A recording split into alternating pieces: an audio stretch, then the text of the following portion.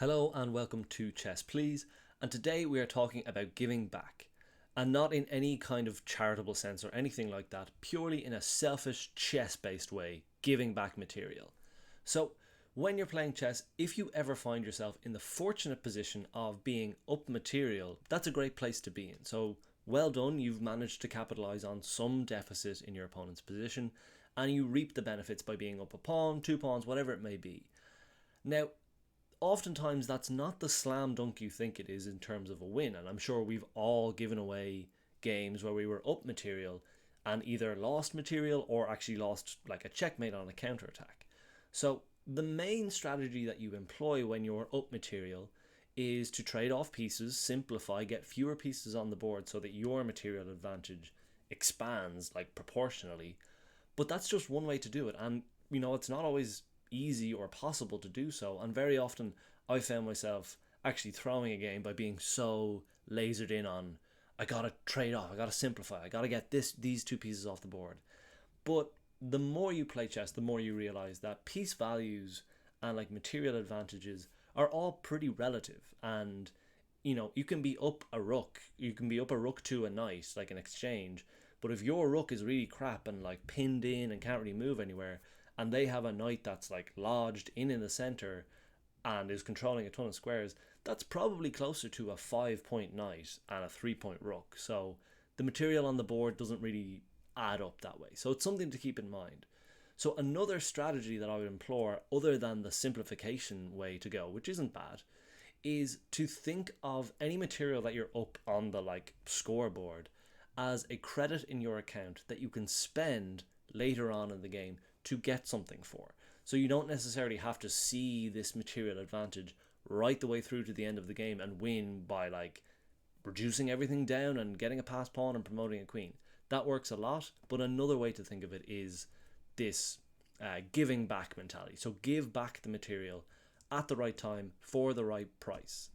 So when we think of giving this back or spending that credit in our account, material is the main currency in chess, I'll grant. Like, absolutely, material is the most important thing, but it's not the only important thing. So material is one currency that you can spend. You can trade in material for other currencies, like time. Like, if you want to waste your opponent's time or have them spend a ton of moves like fixing their structure or like shuffling pieces around to defend, then you can trade in your material for them to spend that time, and you can use the time to develop your other pieces. You can also trade it in for quality of pieces. So you can trade material back, you can give the pieces that you're back for like a really strong knight, or to get their best piece off the board, you can trade a rook for their really strong knight. A number of different ways in which you can spend that material that you've gotten up. So don't think of it as, I need to see this material advantage right the way through to the end. Think of it as, okay, this is another asset that I have.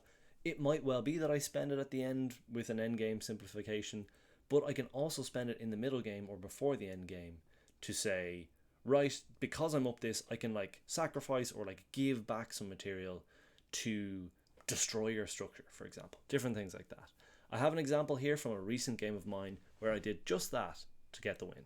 So here is a recent game. I won't go too deep into the opening. This was a Taimanov Sicilian, which is my pet opening. I love to play the Taimanov when I do play the Sicilian. And it was pretty clean out of the opening. No one had a major advantage either way. A lot of book moves. About, I think, what are we, like 10 moves in, we're still playing book, which is really nice, but it means my opponent knows their stuff as well. So this is going to be a bit more of a thinker. We're not going to get away clean with an easy win at the start. And up to now, it's all been pretty clean. I make my first blunder of the game right here. First and only, I believe. So I'm very worried about this. I just hate when the queen can infiltrate early on. It's a little bit of a paper tiger. I mean, we could just tuck our rook in here afterwards and begin to play on the queen side, anything like that. We don't do that. I kind of freak out and I'm like, I definitely don't want to lose this pawn. So I push a pawn forward and then, of course, just completely hang my bishop. My only like advanced piece is just completely hanging. So that's obviously not a good move. Our opponent in a similar headspace. This is a 1700, 1750 game. So it's not like we're mugs, but this stuff happens as well. You do miss free pieces and you give away free pieces. You just have to roll with it. So we both roll with it. I didn't realize that until after the game. And then my opponent falls into another classic blunder. So again, if you're below the 1700s and you think that you can never achieve this, these kind of mistakes happen pretty much every game. It's not, we're not at the level of like anywhere near a title player, so don't worry about like, you'll never get there. It's this easy. There's mistakes happening all the time. So I shuffled my bishop back, and now they fall victim to one of the classic blunders where they leave two of their minor pieces, the bishop and the knight, ready to be forked by one of my protected pawns. Chess.com calls this a great move, very generous. It was pretty much the only one of my pieces I could move to a good square, and also we win a minor piece. So they take back with their bishop, so we're now up 2 points of material once we capture back. 1 bishop for 1 pawn, 3 minus 1 equals 2. So this is the material advantage again. So again, part of me is like, okay, do we simplify down? Do we get to an endgame? And with our 2 extra pawns, can we just win that endgame? But we don't necessarily do this in the cleanest way. And our opponent does a pretty good job of causing headaches. They know they're down on material, so they start throwing the kitchen sink. They get their knight like deep into our territory, which is like very annoying, really, really annoying. And we don't do like the most amazing job. Again, here is me absolutely chasing the dragon of trading off pieces, of simplifying. And like, even if it's not the best move or anything like it, it's just what we do. Again, I just wanted to develop this bishop, maybe put some sort of pressure on this knight, but it's not really much.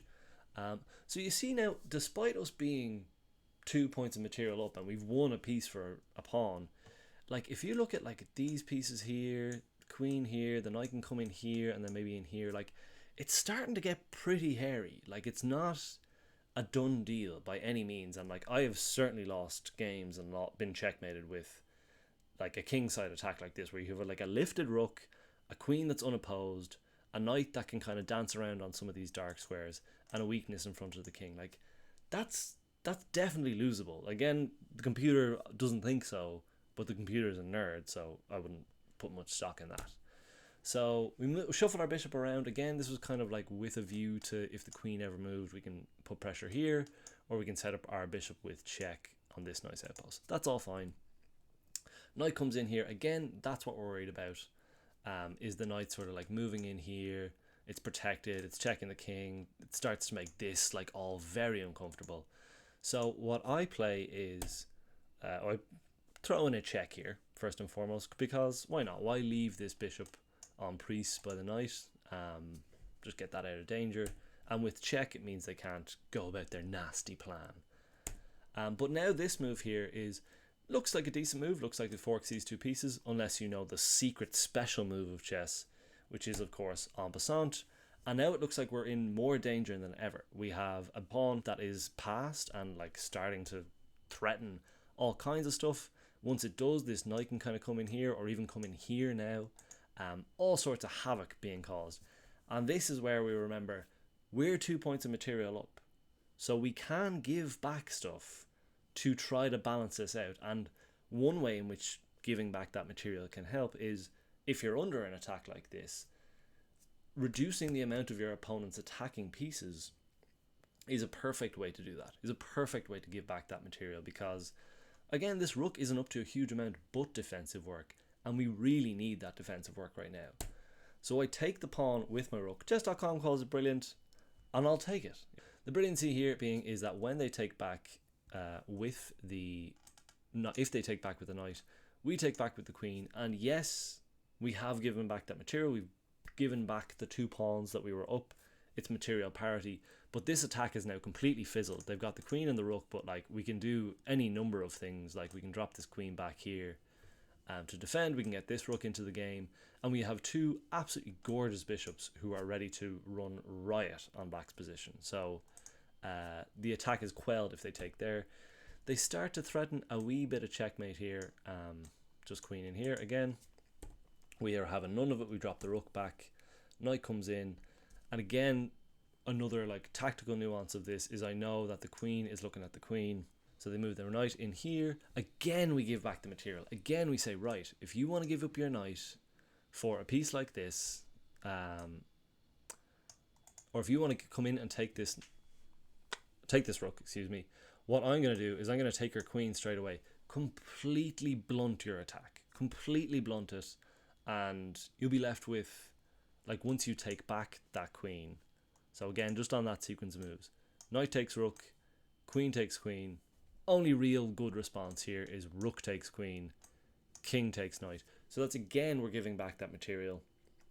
So material parity. But what are they left with? They're left with one rook completely isolated for our two unbelievably strong bishops, very deep in our opponent's position, and a rook that has two beautiful files to pick from after this. So I think it does go down like that.